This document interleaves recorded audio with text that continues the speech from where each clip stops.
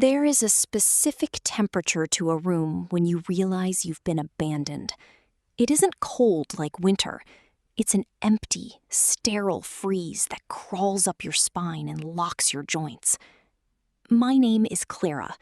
For 4 years, I believed I was building a life with Julian. He was charming, soft-spoken, and came from a family that treated their name like a religious relic. His mother, Beatrice, looked at me the way an art collector looks at a counterfeit painting, polite, but always searching for the flaw. I was a senior financial analyst at a global firm. I didn't have a family pedigree, but I had a brilliant mind and a work ethic that kept me in the office until the cleaning crews turned off the lights. It was 2:15 p.m. on a Saturday. The bouquet of white roses on the vanity was already beginning to brown at the edges. I was wearing a dress that cost me 3 months of salary. The chapel outside was silent. Too silent. My phone sat on the marble counter, its screen dark. 10 minutes ago, the wedding coordinator had walked into my bridal suite, her face pale, refusing to look me in the eye. "Clara," she had whispered, her hands shaking. "The groom's side. The pews are empty. They've left." I didn't cry. When you spend your life analyzing data, your brain tries to find a pattern in the chaos. I walked out of the room, the heavy silk of my train dragging against the floor. I opened the heavy oak doors to the sanctuary. It was completely vacant. 150 seats on the right side, Julian's side, were bare. No flowers, no guests. Even the white runner on the aisle had been rolled back up. On my side, my few close friends and my elderly aunt sat in stunned, suffocating silence. Julian hadn't just gotten cold feet. He and his family had executed a coordinated extraction. They had deleted themselves from my life, leaving me with a $40,000 venue bill and a ring that suddenly felt like a piece of industrial scrap metal. Then my phone buzzed. A text from Julian.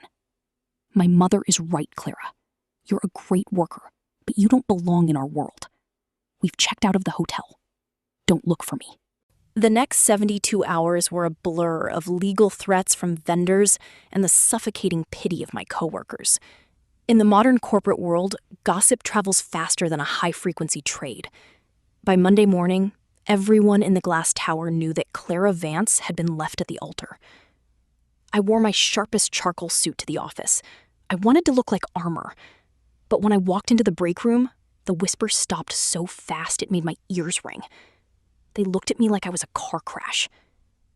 Then came the summons to the corner office. My boss, Arthur Sterling.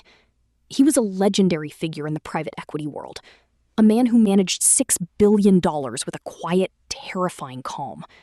He was 60, possessed silver hair, and had eyes that could read a balance sheet from 10 feet away. I'd been his top analyst for 2 years, but our relationship was strictly professional. He was a machine, I was a machine. "Sit down, Clara," he said, not looking up from his monitor. I sat. I braced myself. I thought he was going to tell me that my personal drama was a distraction to the team. He closed his laptop, leaned back, and placed his hands together. "The hotel venue in downtown Chicago," Arthur said, his voice flat. "The Sterling Group owns 40% of that property. The manager called my office on Saturday to report a cancellation dispute." I felt the blood drain from my face. "Mr. Sterling, I am handling the bills. I promise it won't affect my performance." "Julian's father is a senior partner at our rival firm, Vanguard," Arthur interrupted, his voice dropping an octave. "I know exactly who they are, Clara, and I know the play they just made. They wanted to break you so you would resign, take your data models with you, and crawl into a hole. They didn't just leave you, they tried to liquidate your professional value." The reality of the world hit me. Julian's mother hadn't just hated my background, she had seen me as a corporate threat to her husband's firm. The entire relationship had been an intelligence-gathering mission wrapped in a romance. Arthur didn't give me a box of tissues. He gave me a folder.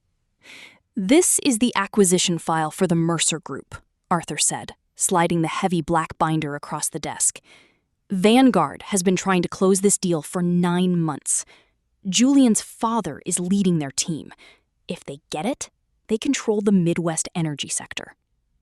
I looked at the folder. My fingers tensed. "I don't need you to cry in my office, Clara," Arthur said, looking at me with absolute clarity. "I need you to take the next 3 weeks, move into the executive suite on the top floor, and find the structural flaw in Vanguard's valuation. You know how Julian thinks. You know his father's patterns. I am giving you total authority over our analytical resources." "And the wedding debt?" I asked, my voice finally finding its edge. "Paid," Arthur said simply. "Consider it a signing bonus for your new role as managing director of strategy. Now, Clara, do you want to settle the bill with Julian? Or do you want to bankrupt his father's division?" For the first time in 3 days, the freeze in my chest broke. A cold, bright fire took its place. "Let's look at the data," I said. "Sit down, Julian," Arthur said, his voice echoing through the room like thunder. "Director Vance is leading the negotiation for the Sterling Group, and she has some notes on your valuation." I didn't look at Julian as a former lover. I looked at him as a bad asset. I opened my laptop, connected it to the central projector, and spent 30 minutes systematically dismantling his father's entire career. I showed the board exactly where Vanguard had hidden $40 million in toxic debt. By the end of the presentation, the Mercer Group executives were standing up, shaking Arthur's hand, and tearing up Vanguard's contract. Julian's father turned to his son, his face purple with rage. "You told me she was just an analyst," he hissed, loud enough for the whole room to hear. "You told me she was a nobody." After the meeting, Julian trapped me by the elevators. He looked desperate, his expensive tie crooked, his hands shaking, the exact same way the wedding coordinators had 3 weeks ago. "Clara, please," he pleaded, reaching for my arm. "My mother, she forced my hand. We can talk about this. We can restart. I still love you." I stepped back, allowing my 2 security guards to move into the space between us. "Julian," I said, my voice smooth, quiet, and completely dead to his presence. "You didn't leave me at the altar because I didn't fit your world. You left me because you were terrified I would outrun you. And look, I did." The elevator doors opened. Arthur Sterling was inside, holding 2 crystal glasses of scotch. He didn't say a word. He just nodded to me. I stepped into the elevator, turned around, and watched the doors close on Julian's face.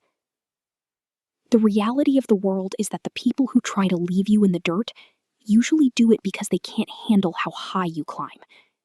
Julian and his family wanted a traditional girl they could control. Instead, they created the woman who broke their empire. I'm Clara, and my new life just started.